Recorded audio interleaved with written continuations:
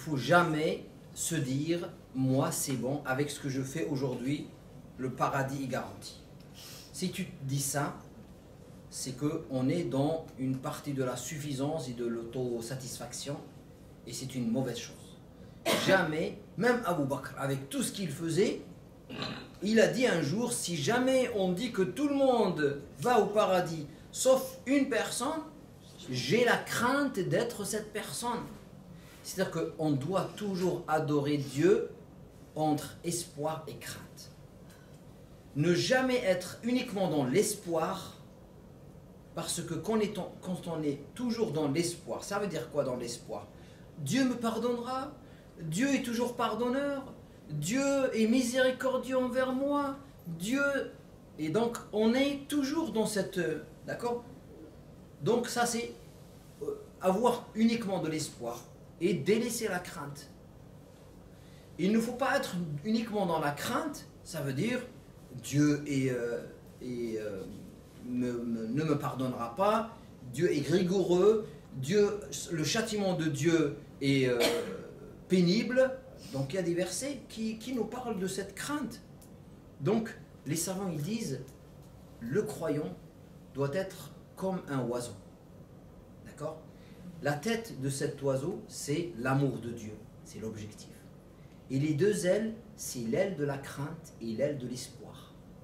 C'est-à-dire que si tu fais toujours l'aile de la crainte, tu vas dévier.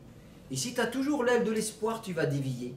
Mais si tu laisses celle-ci une fois, celle-ci une fois, celle-ci une fois, celle-ci une fois, tu vas avancer vers l'amour d'Allah subhanahu wa ta'ala.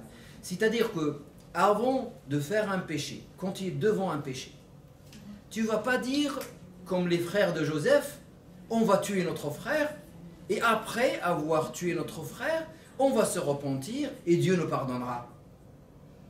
Tu vois, ils ont pensé à l'espoir avant de faire le péché.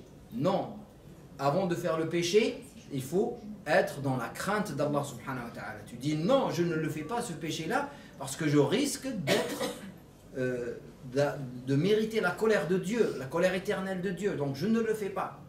Maintenant imagine que tu as déjà fait. Ça y est, c'est fait. Tu ne vas pas dire ah Dieu ne me pardonnera pas, Dieu ne me pardonnera pas et tu vas t'enfoncer. Non, à ce moment-là tu dis Inch'Allah Dieu me pardonnera et j'avance. Je demande sincèrement pardon à Dieu et j'avance. Donc regardez, si tu places la crainte au bon moment et l'espoir au bon moment, c'est bon, tu peux avancer. Donc, je ne peux pas te dire, bien sûr, le hadith du prophète sallallahu alayhi wa sallam est clair. Celui qui fait les 5 obligations, les 5 piliers, Inch'Allah, méritera le paradis par l'aide d'Allah subhanahu wa ta'ala. Celui qui est sincère, celui qui fait un travail sur lui-même, il méritera le paradis d'Allah subhanahu wa ta'ala. Mais il ne faut jamais oublier la crainte d'Allah subhanahu wa ta'ala. Et il ne faut jamais oublier de garder l'espoir en Allah subhanahu wa ta'ala. Allah est Ghafour Rahim et Allah est Shadidul Iqab. Les deux. Il ne faut pas dire Allah est Ghafour Rahim tout le temps, il est pardonneur, mais n'oublie pas qu'Allah châtie aussi. Allah a un châtiment douloureux. Je vous raconte cette histoire, juste pour finir, pour vous expliquer la différence entre l'espoir et la crainte. Un jour, Ibn Abbas, radiyallahu anhu, était assis avec ses élèves. Il y a un homme qui rentre, il s'assoit, et il dit à Ibn Abbas, quand il a trouvé l'occasion, ô compagnon de Dieu, cousin du prophète compagnon du prophète sallallahu alayhi wa sallam, cousin du prophète sallallahu alayhi wa sallam, j'ai une question à te poser. Il lui a dit oui, je t'écoute. Il lui a dit, est-ce que quelqu'un qui a tué peut se repentir à Allah subhanahu wa ta'ala? Et Ibn Abbas lui dit, il l'a regardé, il lui a dit, oui, c'est possible. C'est possible de se repentir à Allah subhanahu wa ta'ala. Et après, l'homme est resté un petit moment, et après il a demandé la permission, il est sorti de la mosquée. 2 minutes après, il y a un autre homme qui rentre, qui prend la même place, et qui trouve l'occasion, il pose la question à Ibn Abbas, au cousin du prophète sallallahu alayhi wa sallam, est-ce qu'un homme qui a tué peut se repentir? Il le regarde dans les yeux, il dit non, jamais. Il n'y a aucun repentir possible pour celui qui tue. Et l'homme reste un tout petit peu. Quand il a trouvé l'occasion, il est sorti de la mosquée. Et là, les compagnons de Ibn Abbas, les élèves, ils ont dit, mais on n'a rien compris. On n'a absolument rien compris. Deux hommes t'ont posé exactement la même question. Le premier, tu lui as dit oui, et le deuxième, tu lui as dit non. Explique-nous. Il leur a dit, le premier, vous avez vu dans ses yeux, c'est quelqu'un qui a déjà tué dans le passé, et ce péché travaille encore son cœur, il y passe.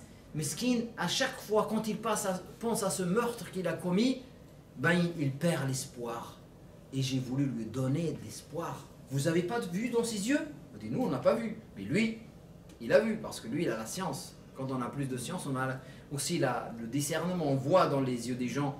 C'est pour ça qu'il basira. Et c'est pour ça qu'il faut demander aussi. Hein. Il faut aller plus loin dans les questions avec quelqu'un. Il ne faut pas répondre comme ça. Et le deuxième, il a dit, et le deuxième, il avait un projet de meurtre.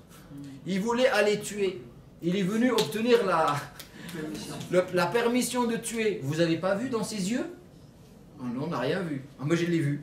Il avait le projet, il était écrit là. Il l'a vu. Et c'est pour ça que je lui ai fermé la porte. Qu'est-ce qu'il a fait, Ibn Abbas? Le premier, il lui a donné quelle porte? L'espoir. Et le deuxième? Pourquoi? Parce que le premier, c'était après le péché. Toujours garder l'espoir. Et le deuxième, c'est avant de faire le péché. C'est comme les frères de Joseph. Ils ont dit, on va tuer notre frère et Allah nous pardonnera. Allah est généreux. Il ne fallait pas dire ça. Il ne fallait pas dire ça à ce moment-là.